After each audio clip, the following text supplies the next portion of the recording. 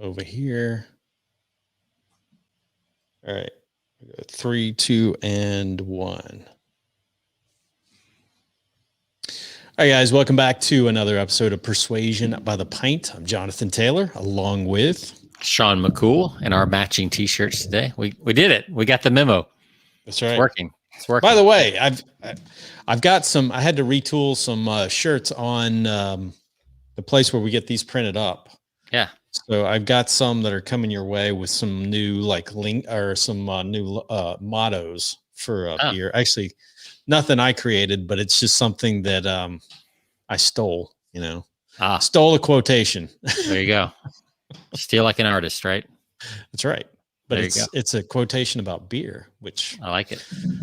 And who knows? In this day and age of social media and the internet, who knows if that person even said it, right? Yeah, you don't know. Yeah. It's like impossible to even fact check. The fact check's wrong, so it's like who knows? So we'll just take it and attribute that, and we'll just ride with it and see. But I think it was Scott Smith who told me, our buddy who preaches and does a lot of other stuff. He's like, the first time you use a quote, you're like, so-and-so said. And the second time you use a quote, it's like, it's been said that. And then the third time it's like, as I've always said, all true. It's just a chain of logic. You just got to go through the chain of logic there. It eventually becomes yours. Yeah. I mean, you did say it. Yep. I mean, if you repeated it, you still said it. But yeah, who was it that got in big trouble? Like the person, Jay Shetty, he got in big trouble. But he's still out there. He's still thriving.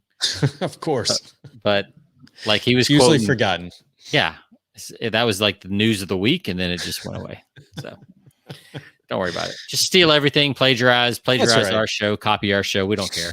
We don't care. We just do as long as you get it out there, as long as you even give some reference of it, we don't care. Yeah. Well, we just do this for the beer anyway. Let's be real. So exactly. So today we got another random topic, Sean. We're going to talk about. I'm going to be there's actually some takeaways from Sun Tzu's Art of War and the more stealing.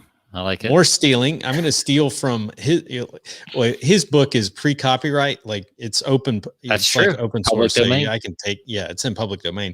So if you go to your average bookstore, you'll see about 50 copies of the Art of War, and it's just in different covers and by just repackaged different ways. But this one I actually pulled from an article, and I'll give the guy credit. But it's on the Art of Persuasion from Sun Tzu. So there's 3 key takeaways on persuasion and the art of war that we'll talk about here.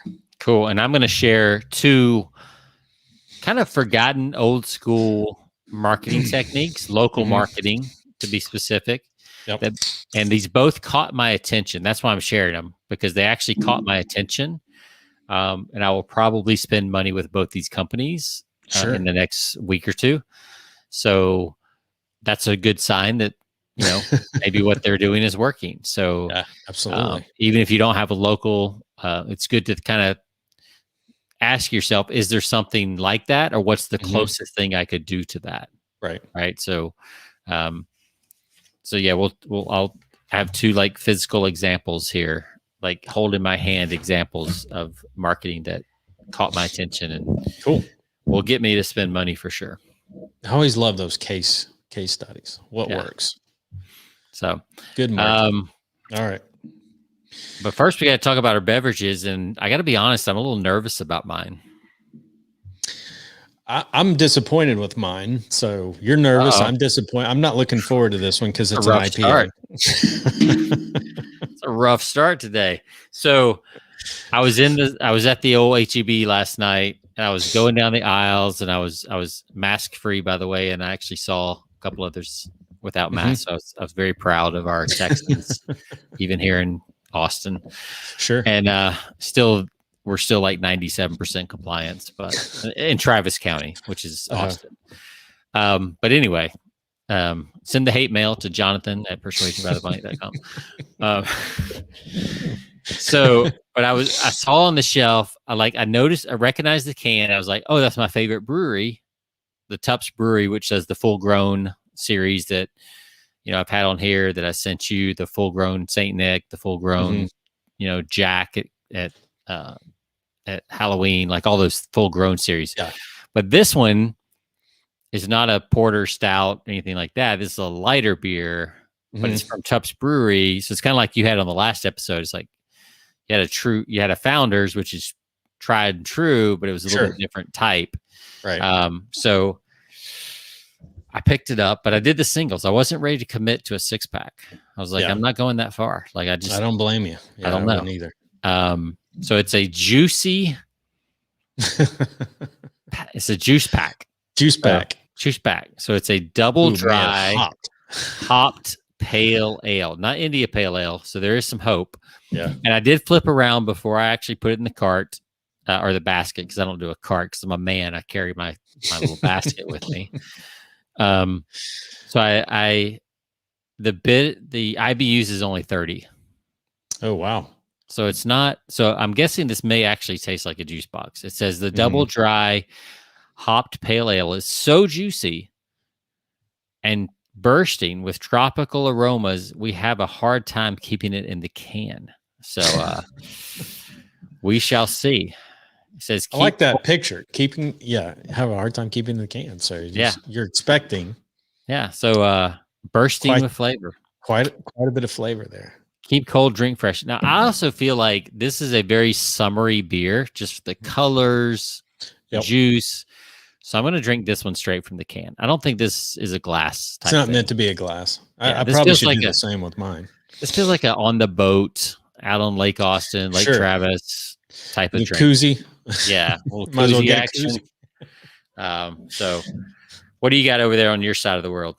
So I'm not thrilled about this one, but it is an IPA. It's a Mosaic IPA from from Highwire, but it's a high pitch Mosaic IPA from Highwire Brewing. Now I'm a fan of Highwire because we've had Highwire's good. They've got a great line of their Bed of Nails is amazing. That's one of my favorites.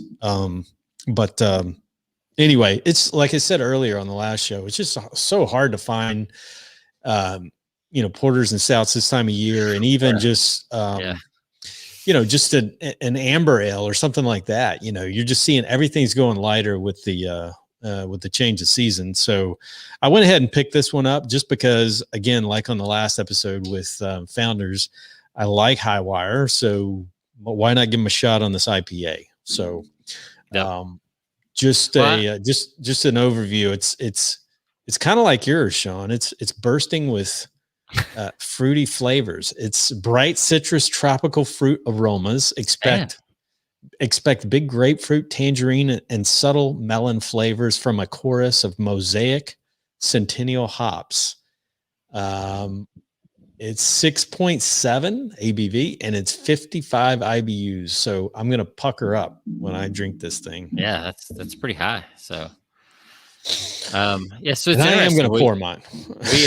We ended up with the same T-shirt. We both ended up with bursting flavors in our beer today. That's right. So we will see whether or not these things live up to the expectation. That was a terrible pour. Man, that was all right. I'll go ahead and pour just because it's kind of what we do on the show. I know, because we all want to see it. Yeah, for those that are what these flavors that are bursting out of the can have to get in. Ooh, that looks like grapefruit juice right there. I know, it's like or apple juice or. I don't know, man. You maybe should have kept in the can. Oh, okay, that doesn't look too bad. It's getting there. It's but yeah, it is amazing how much more foam there is on these compared to like the stouts and the porters. Mm-hmm. Yep. They definitely get a little more foamy. They do. I'm gonna let that sit for a minute and I'll just drink out of the can. Okay. But yeah, the juice pack, it's only 5.5, which is good because I don't know what the ABV was on the last episode that we just recorded, and I had 2 of them, but I was definitely feeling it. And I still don't know what the ABV was, but it had to be around 8 or higher. Oh wait, I think I do see it on there. Just didn't see it before. So anyway, get the glasses. Get the quick draw glasses out. It wasn't where I expected it to be. No, it's not on there. That's just the fluid ounces. That's weird. That I thought that was required by law of some kind. I thought there was an ABV mandate going around the country. But I guess Wow, not. that's unusual not to put it on. So anyway. So yeah, but I definitely felt the buzz on the last episode. So well, it must plus be. I was trying to keep up with our guest. He had 4 beers. I know on the show. I was like, that was stealth right there. I mean, like pouring when I didn't. He never stopped talking the whole time, and he still had 4 beers. I'm not sure. He had them like he must have had them like just the 6-pack just right below him, where he was just like grabbing one after another. And the camelback going right, just tilt his head to the side. Had to be what was going on. So that's a good episode, though. I was really. It was. Yeah, he sent me a text afterward and said he had a blast. So he didn't text me. What a jerk! What a jerk! He's, I could tell he's a great salesperson, because after he replied initially a couple of weeks ago, when he replied to one of the queries I put out, I emailed him initially, and then I didn't get back with him right away. He found my number. Yes, he did some digging, found my number, and then texted me and hey, just making sure you got my. That's good follow-up right there. That is fantastic. You would expect that from a really good salesperson. Absolutely. All right. So today we're going to be, we got to drink our beer. We're going to be talking about a flight of persuasion. We'll get into that. So let's clink our beers and hold our breath while we drink these. There we go. Oh man. I do not like citrusy beer. Yeah. Which is funny, because I love like a lemon shandy. Mm-hmm. But that's different than like the citrus hoppy beer. Yeah. These beers have just a very long tail aftertaste to me. And you smell them before you drink them. Yeah. It's like the aroma hits me like way before I take the sip. And I think that's what sets me up, because you're right. The taste really is not that bad. I mean, it's not my preference, but it's not that bad. But that aroma that hits you right before you take it, man, not good. Not good. Yeah. It's like walking through the perfume department at a department store. Right. It's like when you go from the mall into the department store, when we used to be able to do that kind of stuff. Yeah. It's like, whoa, all these smells coming at you at once. Like that's to me what a lot of these pale ales are like. But this is the same way. This, you can look at it and tell that's what it's going to taste like. Right. Yep. But it doesn't taste like fruit punch or anything. That would have been fine. Like I'd rather have Mike's hard lemonade or something. Mm-hmm. All right, so let's hear it. What's your score? Even though I love Tup's Brewery, I'm gonna have to stick to their dark beers. Like the death nail. Even though I really I feel like I'm a judge on American Idol or The Voice or something. It's like, even though I really like Tup's Brewery and I like your past performances, I got to say this was not your best work. Keep trying, but tonight I'm going to have to give you a solid 2.0. Wow, that's rough. Yeah, man. It's not quite the disappointment. At least you only got one, right? I'm glad I bought the single. That's right. I'm going to follow you with I'm going to give this a little better score than a 2, because even though I hate the aroma, the finish isn't that bad. So I'll say I'm going to give it a 2. I'll probably give this one a 2.9. Yeah. So for an IPA, it's not bad. I tell you, if that citrusy aroma wasn't so strong, I'd probably give it even a better score. But it's just this is a little too much. This has a little bit of a lingering aftertaste, which I don't like. It just lingers a little too long. Yeah. So maybe they just want you to keep drinking, so there's no aftertaste. By the way, I'm a true heretic today, because I'm drinking an IPA from a Guinness glass. Well, that's probably the problem. You need like one of those fancy weird glasses that releases exactly whatever. Was it the Sam Adams as the laser cut thing in the bottom, so it creates the right whatever? I don't believe any of that crap. Just good copy, but I don't know if it's true. That's right. All right. All right. Well, let's roll. So you're going to talk about Sun Tzu and the Art of War and ideas you stole from that, and how you apply it to sales or marketing. Which are we talking about here? Persuasion So in general. Sales and marketing. Yeah. Yeah. So if you don't have a copy, anybody that's in business, I don't care if you're selling, if you're a copywriter, if you're in business, if you're married, if you're married, you should read The Art of War, and you should reference it from time to time, because anytime you're dealing with people, like I said, everybody's selling, everybody's negotiating in life, and everybody's doing business. If you're not, I don't know what you're doing, but you know what I think about when I hear The Art of War? Every single time, it's like burned into my memory now. The scene from Battleship when they're on the deck and they're like trying to shoot the guy, and he's like, hit the enemy where you're not. And the Japanese guy's like, that's not what it means. All I can think about every time I hear The Art of War. The stupid American. That's a Michael Bay movie, isn't it? Yeah. That's why I haven't seen it. Turn a board game into a movie. Great idea. Yep. It sounds Michael Bay-ish. Hey, he sells. Oh, I know. It's like the old Rich Dad Poor Dad quotes, like, I'm not a best writing author, I'm a best selling author, right? That's right. It's like Michael Bay sells a lot of tickets. Yep. Like, you may not like his movies, but they sell a lot of tickets. Something to be learned there for sure. True. That's true. Give the people what they want. Transformers, he did all of those Transformer movies, and as bad as some of those were, they grossed, just ridiculous amounts of money. It's like, they were just killing it at the box office every time he threw one out. So like, why not keep doing it? And Battleship was huge because there was really no big name actors in it. Like there's a lot of, Rihanna was in there, but she wasn't known as an actress or actor. I guess they're all actors now. Yep. God, you're so insensitive, Jonathan. So sexist to use a word like actress. So 1980s of you. So I'm going to let you, I tell you what, I'm going to let you go first. I'm going to save the 3 principles of persuasion from Sun Tzu's Art of War. We'll save those for last and let you go ahead and what a tease. What a tease. Give your takeaway. So we'll string people along for a little bit longer. So this week, we all get the flyers in the mail on Wednesdays that have the, all the different local stuff. Mm-hmm. So we get 3 of those a week. We get one on Tuesday, one on Wednesday, one on Friday. Just these little flyer packs. And we live in a neighborhood that a lot of people want to target because we have money in this neighborhood. Yep. Or they think we do anyway. There's a lot of people in line ahead of them. But anyway. Yeah.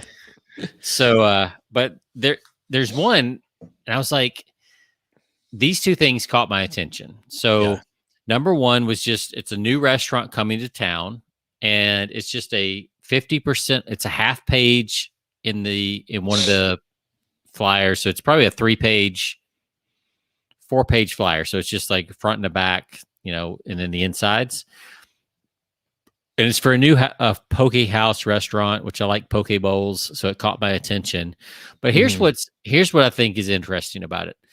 One, it's got a very clear offer, 50% off, right? So that's a big offer. It's not like a 10% offer where I'm like, take it or leave it, whatever. 50% is pretty significant. And it's not like 50% off your second. Like it's 50% off, period, which is a nice offer. But the other thing is that I thought was interesting is that they're not even open yet. They're coming soon. Mm-hmm. And a lot of people would be afraid to market before they're actually open and to commit to marketing before they're open. But that's when you got to start marketing. Like you got to start, planting seeds and all that kind of stuff. Right. So, and this is another thing I think about the online marketers. These guys have probably, by the time this ad runs, because this is probably a franchise, right? Poke House, probably a franchise. Mm-hmm. They're in a strip mall, so they're probably at build out of probably $500,000 before they ever open the doors. not to mention training and franchise fees and everything else. And we think internet marketing is hard. Yeah. Some people do. And like they're probably in the hole $750,000 at this point. Mm-hmm. And they're still getting 50% off, and they're willing to spend money on marketing. Sure. Like they'll be successful. I have no doubt. Like anybody that's willing to do that is going to be successful. Right. It's the people that don't start marketing until like they're about to go out of business. It's too late. That's why they go out of business. That's right. Yeah. It's too little, too late. Yeah.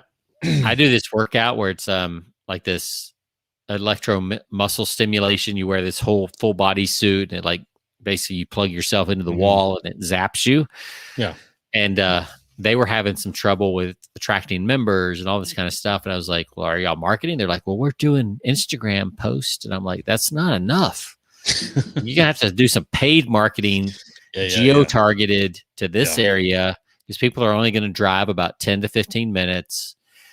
And they finally found like a lead gen company that was doing something for a similar or the exact same franchise in another state. And they were like, should we do that? Or can you help us? I was like, no, if you got somebody that is already proven for your exact franchise in another state that their lead gen works, like pour as much money in that as you can.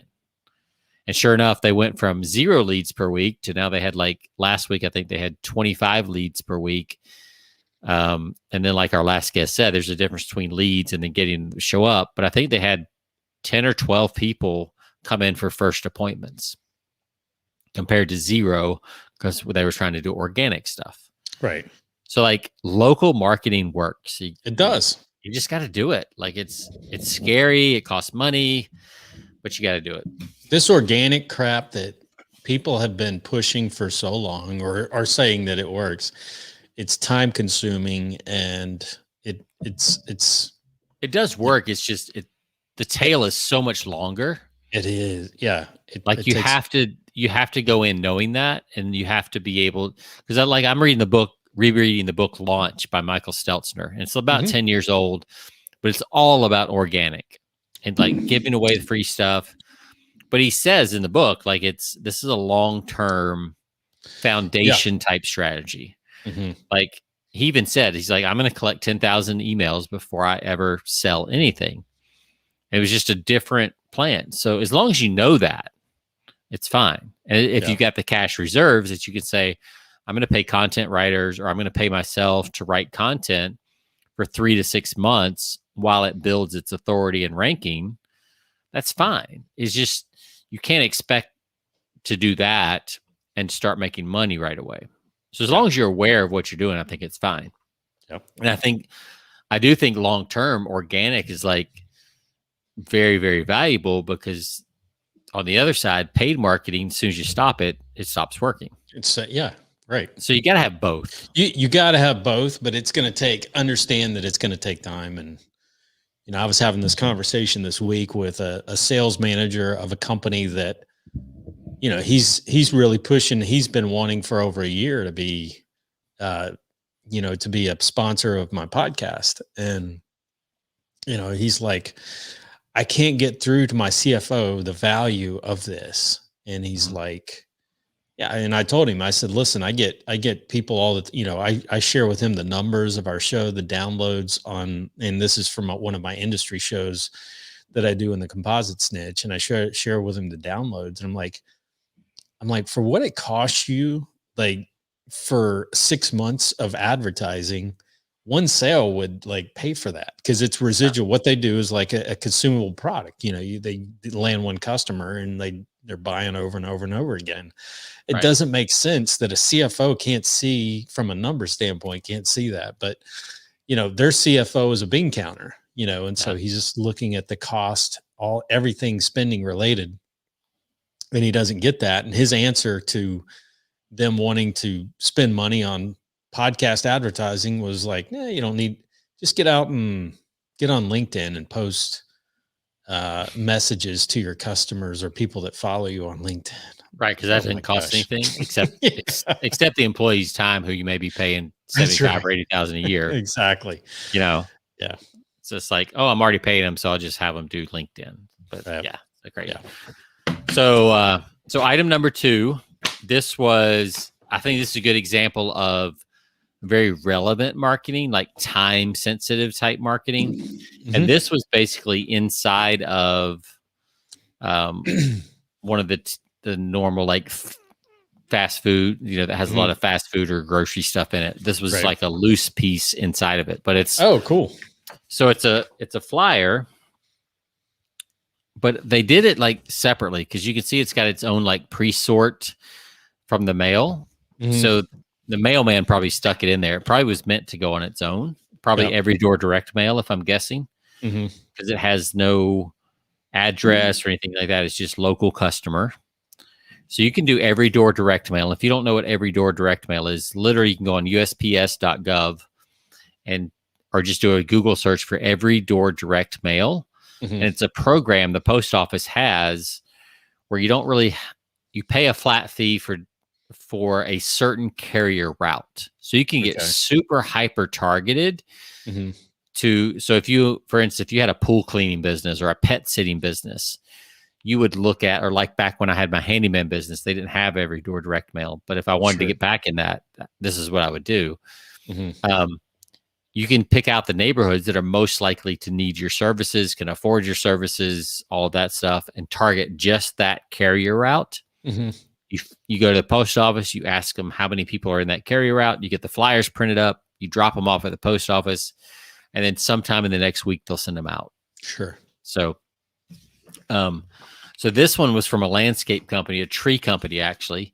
We just had the winter storm back in February. So theirs is like, hey, good afternoon. Our company's larger crew will be doing tree work in your neighborhood in the next week or so. If you have a large tree or multiple trees you need removed, trim, or need clearing work done, now would be a great time to save on a larger tree care project. We have certified arborists on staff. Call now for an estimate. And then, of course, they use the handwriting font with a call number and a signature. We did have a storm. There's a lot of people cleaning up right now. And when you're in these suburban neighborhoods, like it's not like when we grew up in Georgia, Jonathan, where you could just throw stuff in the back half of the acreage, have a brush pile and set it on fire. Right. You can't do that. Like, where do you, in suburban areas, like somebody's got to haul it off. Right. So, even more than just like the clearing, sometimes it's just like, if I did clear, like, how would I get rid of it? So people call services. But, this is timely. We just had a storm. A lot of people have broken limbs, broken trees. We're coming into spring. People are starting to get out in their yard and do things. So it's like perfect timing to just have somebody come in and do it. And these people are top of mind. Absolutely.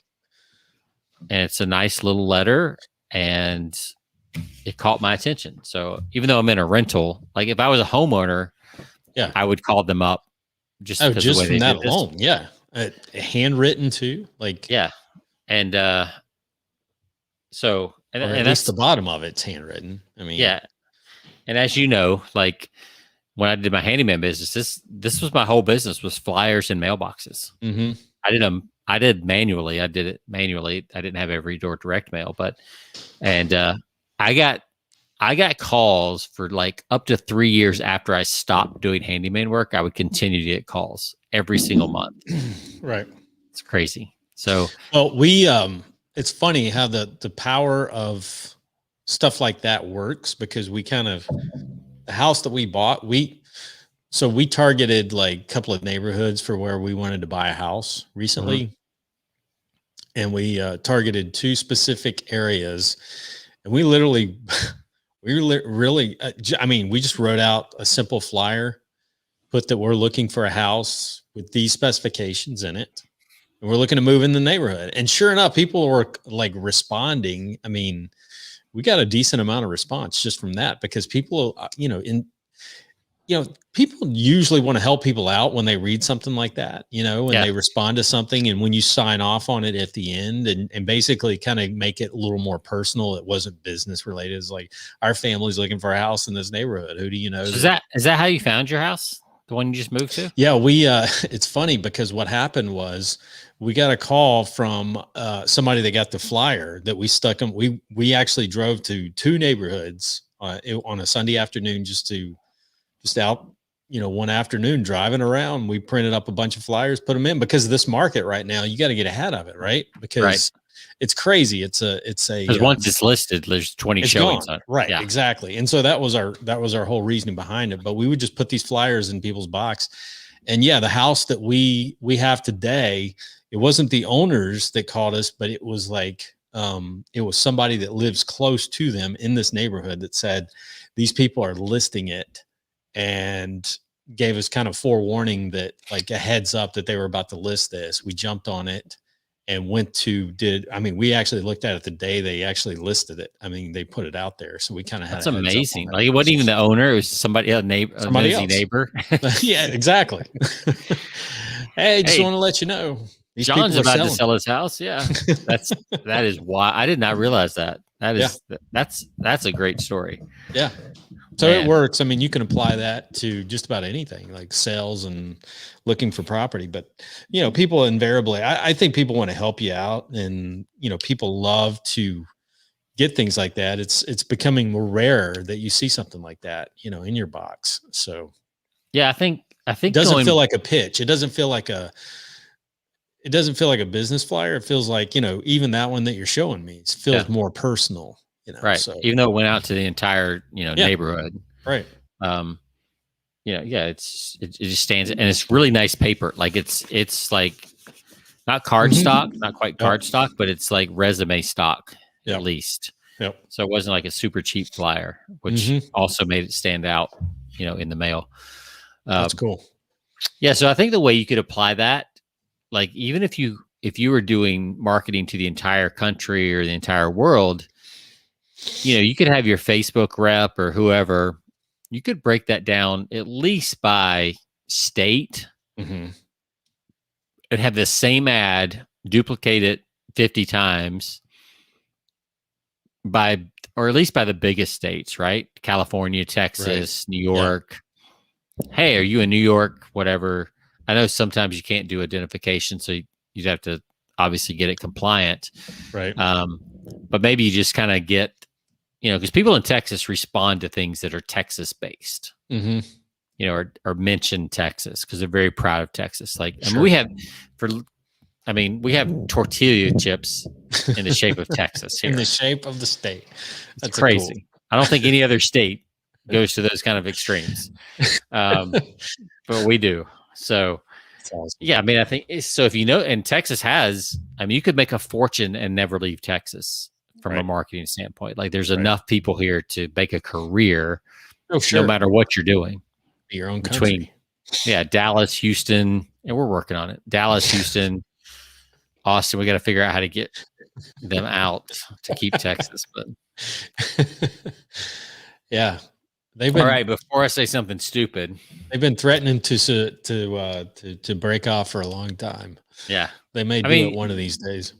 I mean, we got access to the Gulf, so I don't know what else. You got a port. That's right. So they're bigger than some countries out there. So heck yeah, for sure. All right, so let's talk about Sun Tzu. Sun Tzu. Tzu, right? Tzu.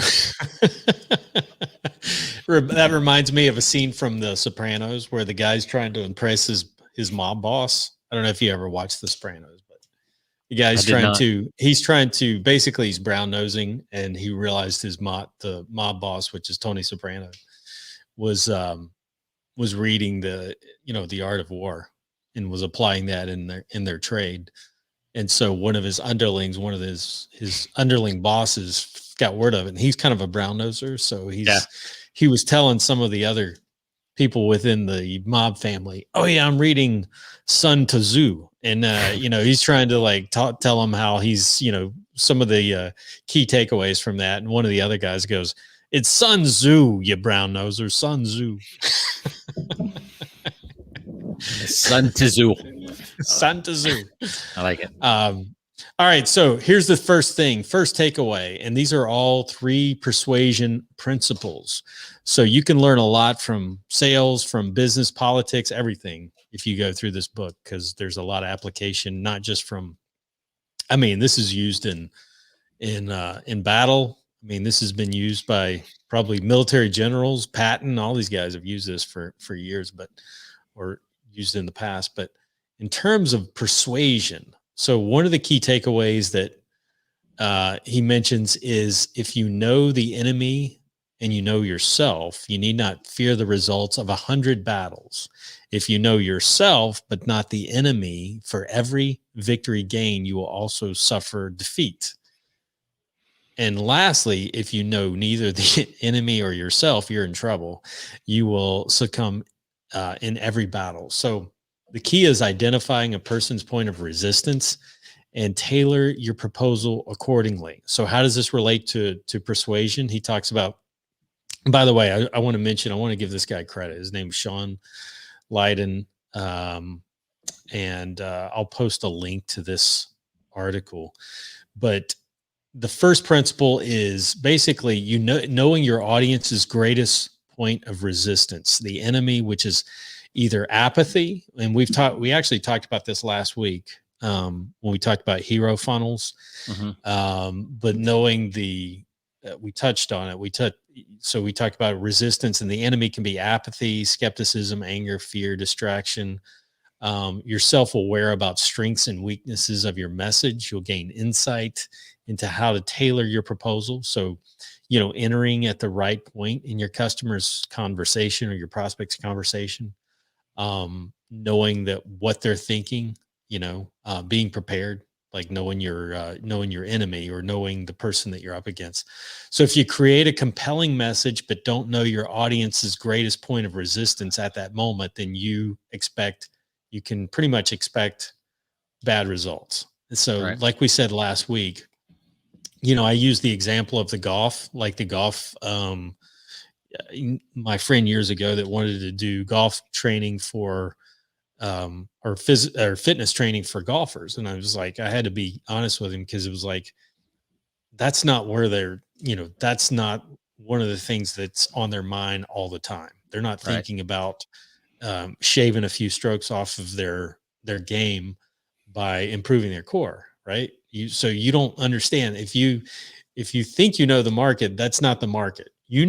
Fitness, yes, but you don't know golf. You don't know golfers well enough to know that that's what they're going to spend their time and money on for the long term. Maybe professional people will do that, but not your general market.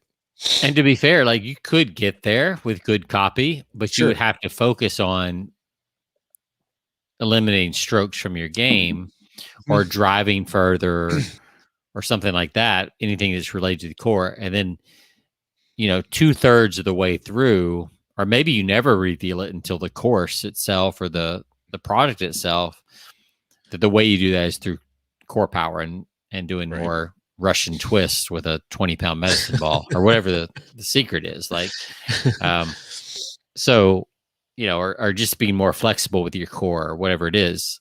So there is a way to do that, but to your point, you have to start with the conversation going on in their head, not their emotional, like with your solution. What gets them going? It's like we were talking about with with Eric on our last episode. What really resonates with people, what gets them emotional. Why is that important to you? So make them cry. Make them cry. Make them cry. That was the whole point of the last. So make them cry. So he says, as Aristotle put it in his Art of Rhetoric, proofs from the disposition of the audience are produced whenever they are induced by a speech of emotional state. We do not give judgment in the same way when aggrieved and when pleased, in sympathy and revulsion. So emotional state, the current emotional state, what is your audience, or what is your core your prospects or your core audience, what are they feeling at that time? And you've got to tap into that, target the emotional state. Where do you want to take the audience once you know what their emotional state is? And it sounds manipulative, but it's really not. It's really meeting them, meeting their needs, like understanding them. So understanding, and you can call it your enemy. In this case, Sun Tzu says, understand your enemy. In this case, it's understanding the enemy is not the person that you're selling to. It's the enemy is understanding what they're dealing with. What is the problem in their life that they're having to deal with, and how can you fix that for them? So, yep, 100%. All right, principle 2, in war, let your objective be victory, not lengthy campaigns, right? So we get this all mixed up sometimes. Define victory and craft a proposal that achieves it. So victory is the end goal, but sometimes it's like David Ogilvy. He's, the father. We've talked about him a number of times, father of modern advertising, defined victory in his classic book. We've talked about it, Ogilvy on Advertising, when he says, he said, quote, when I write an advertisement, I don't want you to tell me that you'll find it creative. I want you to find it so interesting that you'll buy the product. So we have to focus on the end goal is to sell the product, right? The end goal is to get them to buy and not be clever, not be creative, not win awards for creativity or anything like that. It's to sell the product. Just like what we said on the last episode with Eric. It's like the kiss of death for salespeople is, oh, Jonathan, that was a great presentation. Let's get back to you on that. It's like, I don't care if it's a good presentation. I want to know, like, sign the line, sign the contract.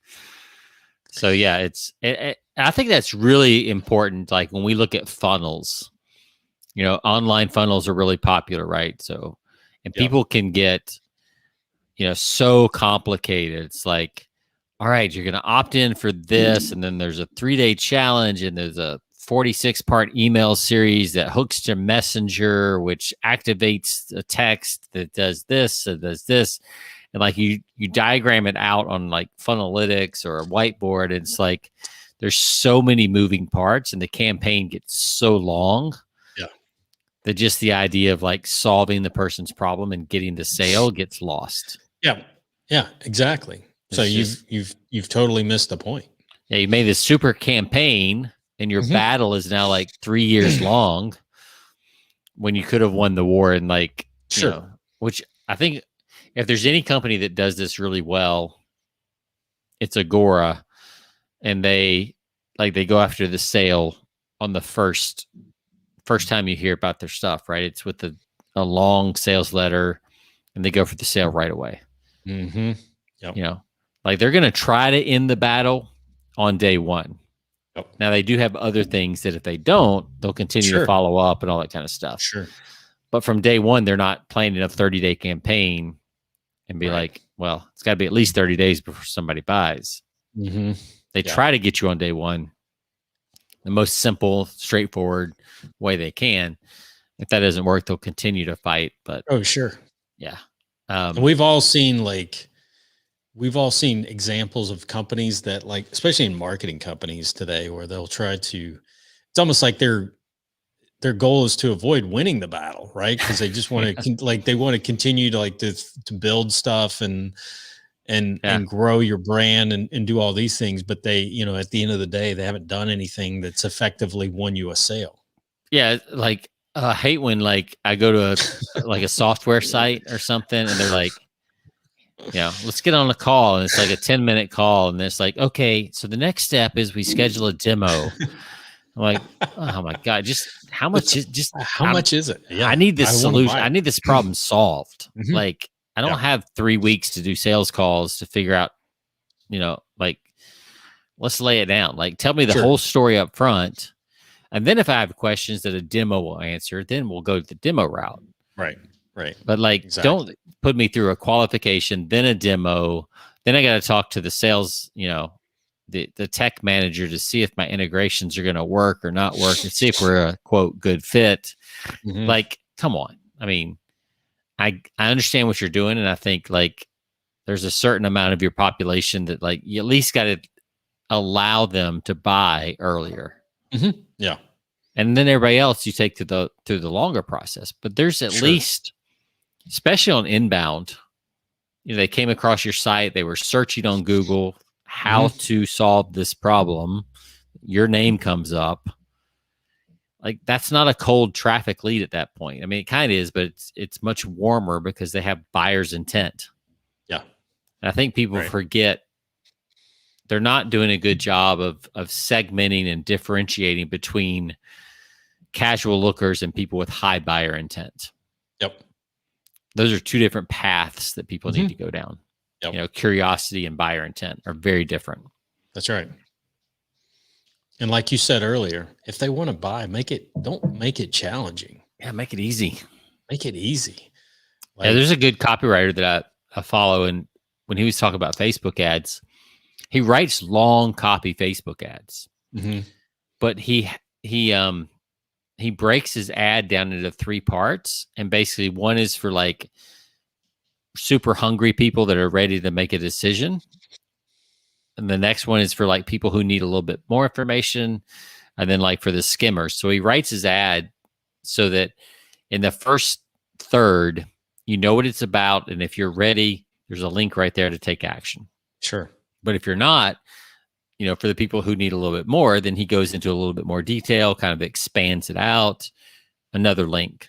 And then for the skimmers, he has another one that's like, okay, here, go here and learn more, which I think is brilliant. It's like, it's just a really, it's a way to hit all different parts of the buying public. Yep. Super smart. Lastly, principle 3 is confront resistance without being confrontational. So Sun Tzu says, hence to fight and conquer in all your battles is not supreme excellence. Supreme excellence consists in breaking the enemy's resistance without fighting. So what your goal is, you know, we talked about, and we actually talked about on the last episode with Eric on selling memberships, but, when you engage in pushy, aggressive, or manipulative like tactics, you know, what happens every time is people's resistance, that wall of resistance just automatically comes up. So what you got to, you know, your goal is to create a compelling message that's tailored to that person's interest and can be a powerful way to break through. So again, talking about, we've like honed in on this so many times, but you know, meeting them where the conversation or where the emotional sticking point is in their life. What do they really want? Effective persuasion allows the other person to arrive at conclusions themselves. Remember, you know, Eric even touched on this on the last episode. We want that prospect to arrive at the conclusion themselves, making them more receptive to us rather than us pushing that. So that's the art of persuasion, is making the other person feel like they're making the decision ultimately. So which goes back to one of my favorite marketing movies, which is Inception. Yep. Right. Exactly. Like if we're gonna make this work, it's got to be their idea. Their idea. Absolutely. Right. So you have to do the research. You have to do all those things. Ask the questions so that it becomes their idea, not your idea. Yep. And I think a lot of people get trapped in ego. And they want to sell, and they want to make the sale, and they want the credit for making the sale. That they brought this revolutionary new product. You know, in your case, Jonathan, like you're the hero. You swoop in. Here's the product that will save your manufacturing process. You know, if that's what you want, you're gonna have a hard time making sales. You know, if you come in like the Columbo method, like we've talked about, and you're like, I don't know if this will work for you, but I found this little thing and it's like, seems to be working for a lot of people. Yeah. You know, it's a little bit more, what do you think? Yeah. They're like, oh, I could see I could use that for this, this, and this. Really? Are you sure? Yeah. Because I don't know if it'll work for that, but tell me more about this. Right. They're like, that's I always love to use that approach. And how do you think this would work in your operation? Because I want them to always say it, right? Right. You know, because when they say it, they believe it. So I always say, like, how do you feel like this process would work in your company, in your process, in your manufacturing process? So when I get them to describe that, well, you know, we can make it work. You know, we could set this piece of equipment up here, make the, you know, make the mixture, make the process a little bit easier. And then usually I'll follow up questions was, how do you think that would make your process easier? Right. And again, they tell you, they start explaining me like, all I'm doing is like, yeah, cool. So you're basically persuading yourself right there. So that's the key, is always getting them to say it by asking the right questions too. Yeah. Neurologically, like literally in the brain. Because if you explain a process to somebody and they're just like, okay, yeah, it's never really clicking in their brain. No. If you ask questions and you ask them to describe how it might or might not work, right now their brain has to process it. Like it's basic, like, not even NLP. It's just like how the brain works. Then now that becomes important because they're having to solve the equation, solve the problem. Yeah. Instead of you just telling them what the answer is. Right. You don't remember it that way. Right. You remember it when you have to describe it. Yep. It's like, I mean, that's, Stephen Covey, one of the 7 habits is to teach what you want to learn, basically. I don't remember exactly what it is, but like once you learn a concept, if you really want to learn it, you start teaching it. And that's basically, you're kind of forcing them to teach you how your product would fit in their process. Yep. Yeah. It reminds me a lot of that book, Instant Influence, that we've talked about in the past. Yeah. Getting them to say how they would solve the problem. And yeah. I used a lot of that. I took a lot of that after you had recommended that book. I used a lot of that with my teenagers, and it was amazing. Yeah. Some of the results I got. So and it's so fast. It's like, it's 6 or 7 minutes or even less, because it's like 6 quick questions. Exactly. Then you leave the choice in their hands. But at that point, they've already, that's one of my favorite sales processes. If you don't have a lot of time, it's just super effective for sure. Well, that's some good stuff. Yeah. And again, the book is The Art of War. It's a classic. Classic. Like classics before classics were classics. I still am going to do, my next book is going to be Art of War and Selling Related. That's going to be my next book on the horizon. It's time. One of these days. Yeah. One of these days. It really is. It's been 5 years since my last. So you had a year during lockdown. What were you doing, man? No, I had all this extra time. What was I doing? I don't know. Making T-shirts, I guess. I don't know. There you go. Drinking beer, apparently. By the way, I got to mention, we get comments from time to time on our YouTube channel.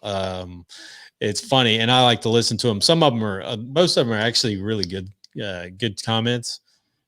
We had one comment, which was actually, it was like a backhanded comment, I think. Of course. But it said, your content is really good, but you guys take forever to get to it. Like, he's like, because we work up to it with our beer. He didn't want to hear all the beer and the ratings and all that stuff. So to that, I have to say, you know what? There is there's this little slider thing on your video, and you can just like move it. It's about if you don't want to hear that, because this part of our show, man, this is part of what we do. It's about 10 minutes. It is what it is. Like, generally 10 minutes. You just the simple solution to that. You just move that little slider on your video, 10 minutes.